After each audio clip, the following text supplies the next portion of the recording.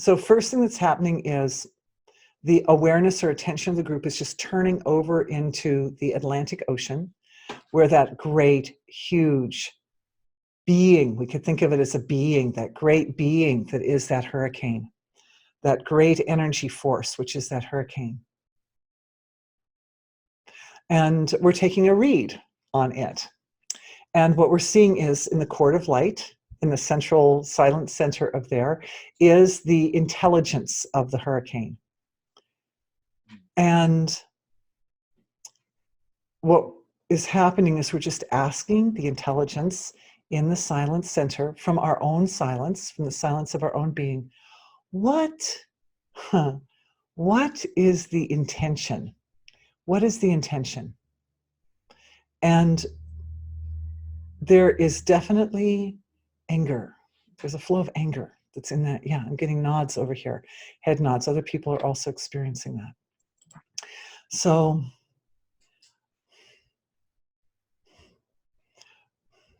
good that we just had that healing, that ancestral healing, where we found that the remorse and the forgiveness come together, because the remorse and the forgiveness together as a wholeness is an antidote for the anger.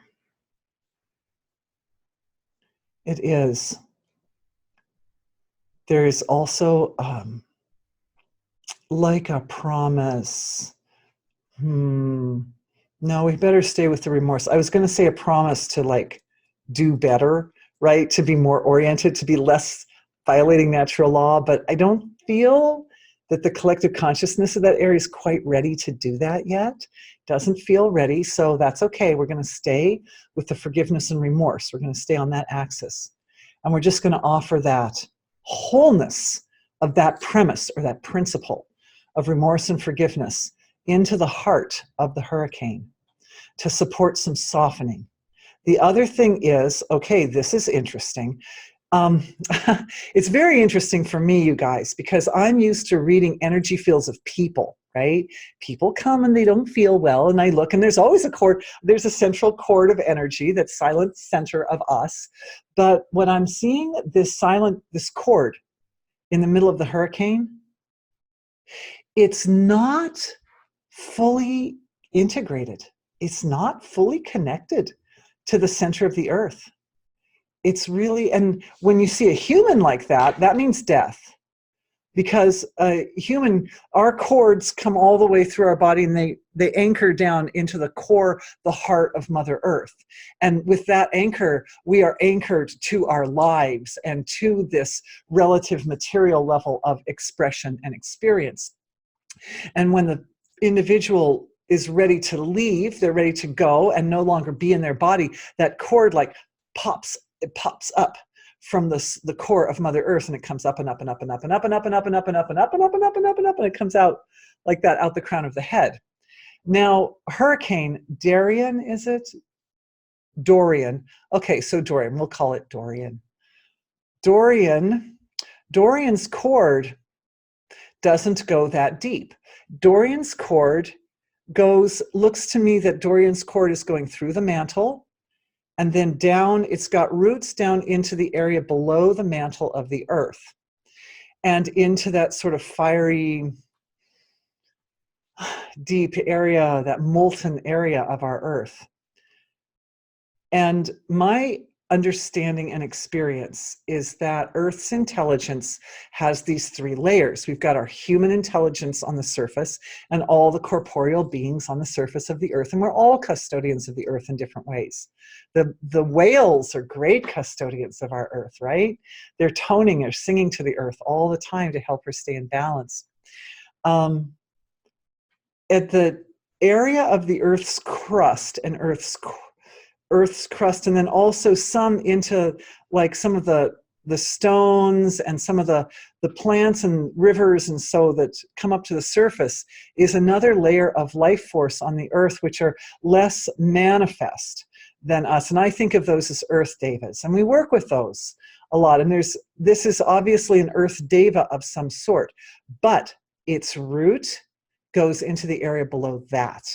And that level of being of the earth is a much older form. We could still, I guess we could call them all Earth Devas, but I tend to delineate a difference between the sort that are more involved with the changes that take place on the surface and those that are involved deep inside, because the deep inside ones have much subtler physiologies, and they live a lot longer and are much more involved with the larger effects that take place, such as the relationships between our Earth and the other planets and the stars and the sun, and how she's tilted on her axis, and just things like larger effects. We could say also custodians as far as archivists of Earth history, all the history of the whole story of the Earth's formation and all the life that's ever been and so forth is also contained at that deeper level. That's where the cord of Dorian is anchored, which means that that level of our Earth's intelligence is feeling a little miffed at the moment. So we need to go there and work with this deeper.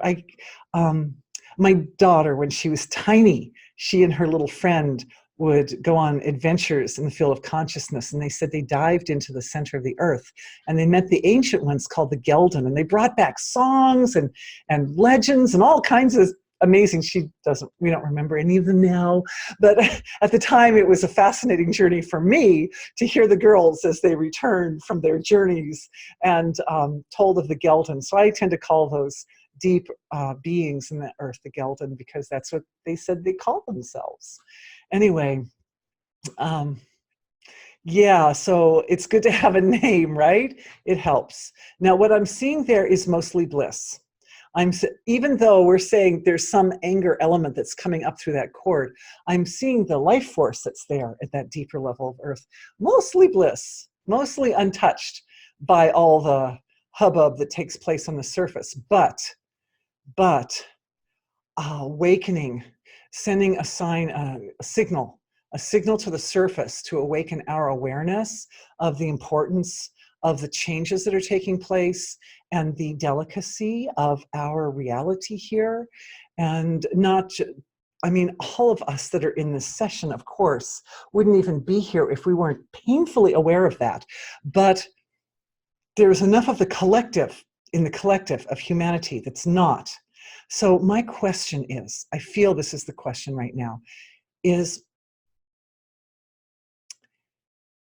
how can those individuals who are not connected in to the larger intelligence of our Earth and the larger intelligence of themselves to realign those cords of light within themselves with their own cosmic potential in an integrated manner, so that we are all as a collective fulfilling our duty or our dharma, so that the intelligences that are kind of like teachers to us, they're like teachers, that they can feel that the lesson is learned and no longer necessary to put that little fire under us to get things moving and to get a big transformation going in a lot of people's lives all at once. We like the transformation, but we don't like it to be suffering, right? That's the main thing. So how do we do that as a collective? I'm just pouring my awareness back into our collective, because we do have the answer. Even if Dorothy doesn't have the answer, you guys, we all together have the answer.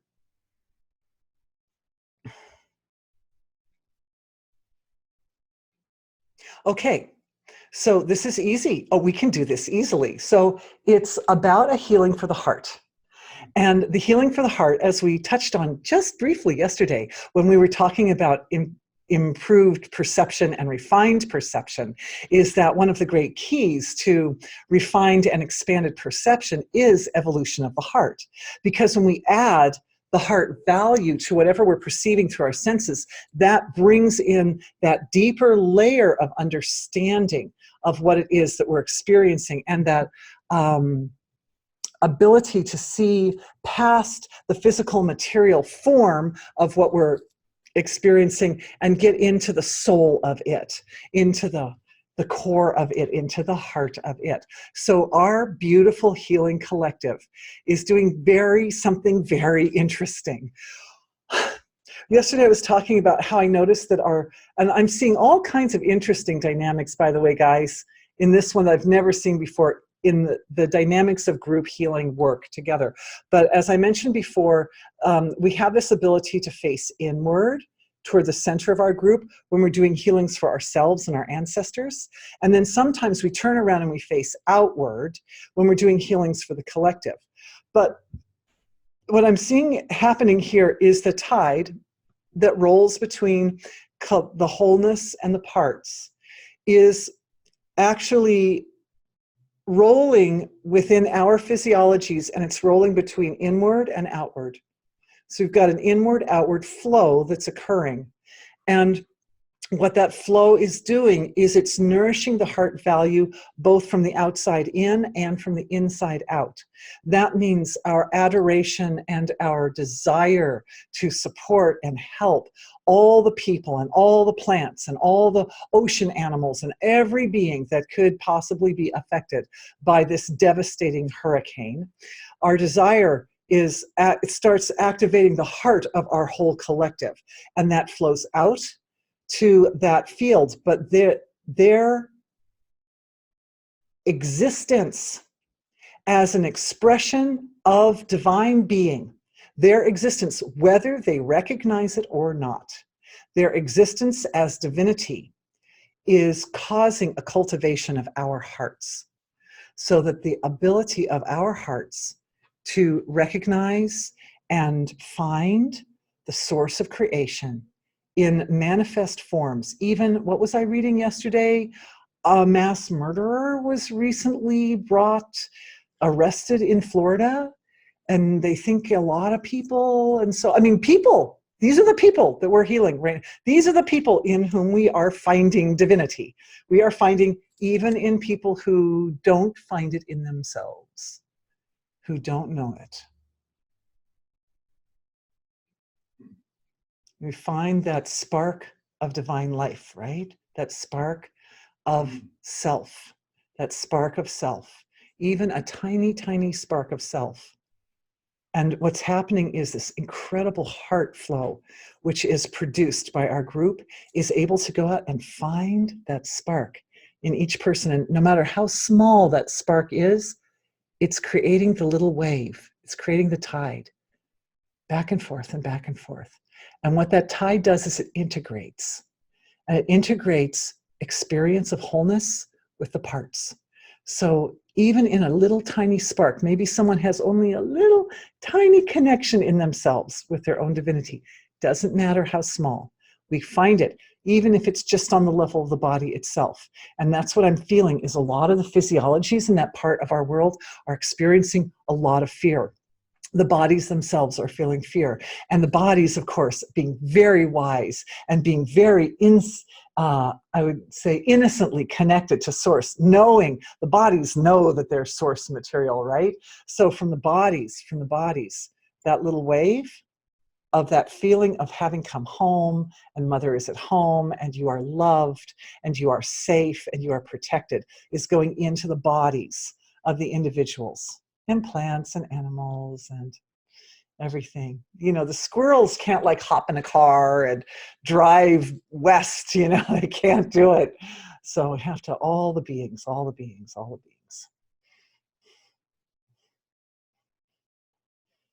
And so that's what we're doing, is this little adjustment. It's like the heart of our healing collective can talk to the bodies, the physical bodies. And this is a great thing. It's a great integrating thing for us to do, supporting the expansion of our own cognition, because talking to the bodies of millions of people living in the Bahamas and all along the coast. I was watching the course that the storm is supposed to take, and it's just massive. By the time it hits Canada, it's as large as like half of the United States, north to south.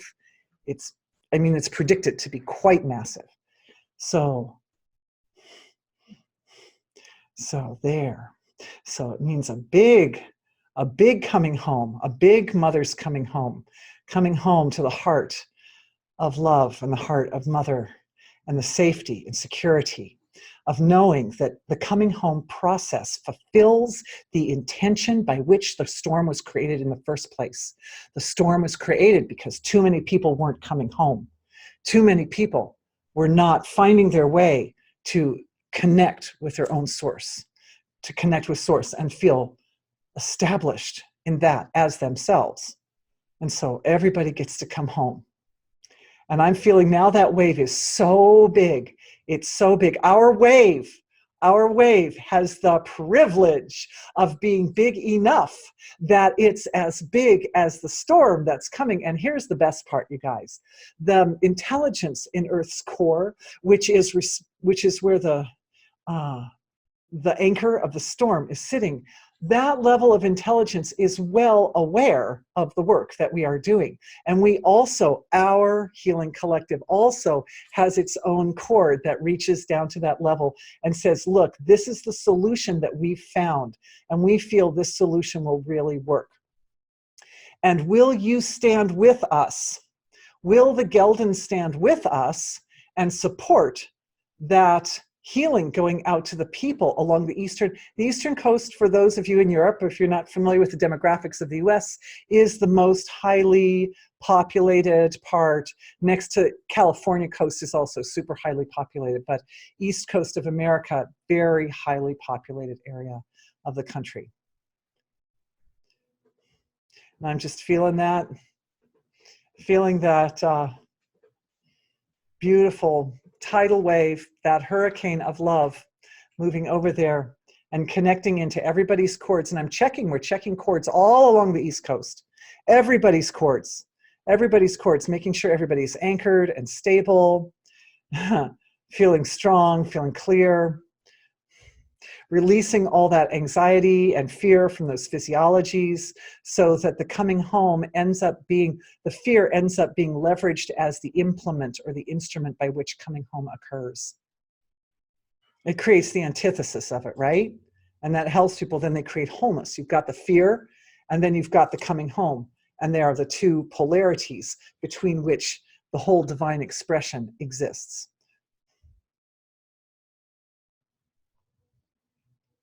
Checking back in with the Geldan.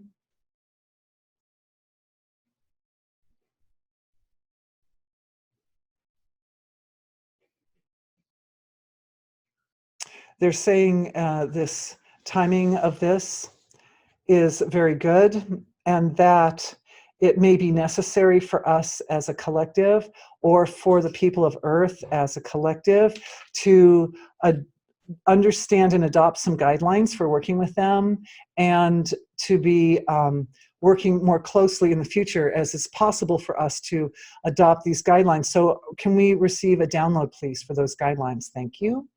Yes, we can receive that download. Our healing collective can start by receiving that download.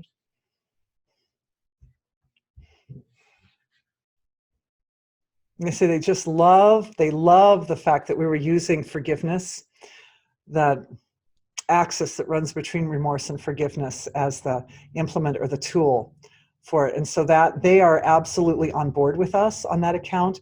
And they are also leveraging that energy, and they are bringing that energy into Hurricane Dorian. So because we kind of were like in there trying, right? But it wasn't as effective. But now with the support of Earth's intelligence, that's going to happen more. It likes it a lot. They like it a lot. They like it a lot. And my question is, can that quality of remorse and forgiveness that's flowing in there, can that be in there in the heart of that structure until the structure is able to resolve that anger, resolve that. And I would like to add one more thing as long as we're here. Let's add some cold anger. And the lady who asked the question pointed out that it's the heat in the oceans that's responsible for the hurricane being so large. Cold anger, of course, is the use of anger in a very tightly defined context, moving with measured regularity and extremely fine discrimination, so that the anger targets precisely that area that needs to change or transform, and it doesn't overblow, and it doesn't hurt the innocent like that. That It means the silence has to be more silent, and the silence has to integrate. Ah, that's the integration of expansion of consciousness. So that's what Dorian's getting. Dorian's getting integration. Dorian's getting the integration of its own silence in the areas that are just like a storm, the areas that are the storm. Then we integrate the silence into that. That's happening. Okay, okay, that's softer. I can feel that. I can feel it getting softer. Okay, good, beautiful.